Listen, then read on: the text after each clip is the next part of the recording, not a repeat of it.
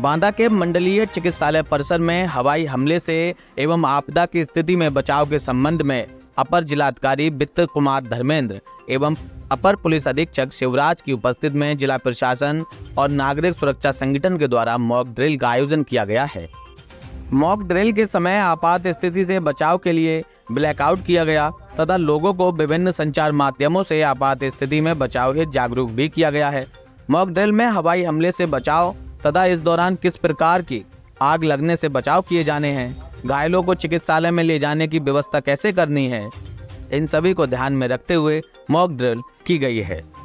Mock drill के दौरान आग लगने की स्थिति में फायर ब्रिगेड के द्वारा आग पर नियंत्रण करने एवं हवाई हमले की स्थिति में घायल होने वाले लोगों का बचाव करने एवं उन लोगों को एम्बुलेंस की सहायता से जिला अस्पताल में भर्ती किए जाने, साथ ही उनका उपचार किए जाने के संबंध में विस्तृत चित्रण किया गया है। यह अभ्यास आपात स्थिति उत्पन्न होने की स्थिति में बचाव किए जाने के लिए किया गया है। इस मॉक ड्रिल में स्वास्थ्य विभाग, पुलिस, फायर ब्रिगेड, चिकित्सा, नागरिक सुरक्षा संगठन, होमगार्ड, एनसीसी तथा अन्य लोगों ने आवश्यक व्यवस्थाओं को देते हुए लोगों को ऐसी आपदा की स्थिति में उत्पन्न होने में बचाव कर जागरूक किया है। इस अवसर पर नागरिक सुरक्षा संगठन के चीफ वार्डन राहुल जैन सहित नगर मजिस्ट्रेट संदीप केला,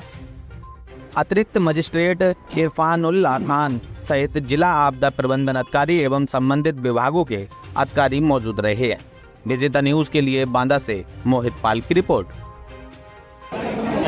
सर, ये आज किस तरह का प्रयोग किया गया था यहाँ पर? आज उत्तर प्रदेश स्थापना दिवस तथा नेताजी सुभाष चंद्र बोस के जन्मदिवस के अवसर पर मॉक ड्रिल का आयोजन किया गया है। हवाई हमले के समय किस तरह हम नागरिकों को सुरक्षा प्रदान कर सकते हैं, क्या क्या उन्हें तरीके अपनाने जिससे कि नुकसान कम से कम हो, किस तरह से हम पूरे शहर का एक साथ ब्लैकआउट कर सकते हैं जिससे हवाई हमले के समय जो हमारे इम्पोर्टेंट और महत्वपूर्ण संस्थान हैं उनको हवाई हमले से बचाया जा सके, और किस तरह से सभी सरकारी विभाग एक दूसरे के साथ समन्वय स्थापित करके, जिसमें पुलिस है और चिकित्सा है, विद्युत है, अन्य सभी विभाग किस तरह से आपस में समन्वय स्थापित करके नागरिकों की मदद कर सकते हैं और होने वाले नुकसान को कम से कम कर सकते हैं। इस तरह के मॉक ड्रिल में तैयारी के लिए आज मॉक ड्रिल का आयोजन किया गया है। इस तरह के मॉक ड्रिल में नागरिकों में कैसा संदेश जाता है? नागरिकों को हवाई हमले की तरह किस तरह व्यवहार करना है, अपने आप को किस तरह सुरक्षित रखना है, कैसे व्यवस्था को और सरकारी सिस्टम के साथ समन्वय स्थापित करके नुकसान को कम से कम करना है, इसी की जागरूकता के लिए इस तरह की मॉक ड्रिल का आयोजन किया जाता है। सर, ये आज किस तरह का प्रयोग किया गया था? आज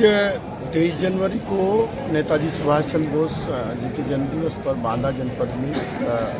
आपदा प्रबंधन विभाग के द्वारा मॉक ड्रिल का आयोजन किया गया। जैसा कि आप देख रहे हैं कि मंडलीय चिकित्सालय है, यहाँ पर 6 बजे के करीब एयर स्ट्राइक जैसी संभावना नजर आई, जिसके लिए जो सायरन होता है उसको ऊंची ऊंची आवाज़ में बजाया गया। उसके बाद जो संबंधित रिस्पॉन्डिंग एजेंसीज थी,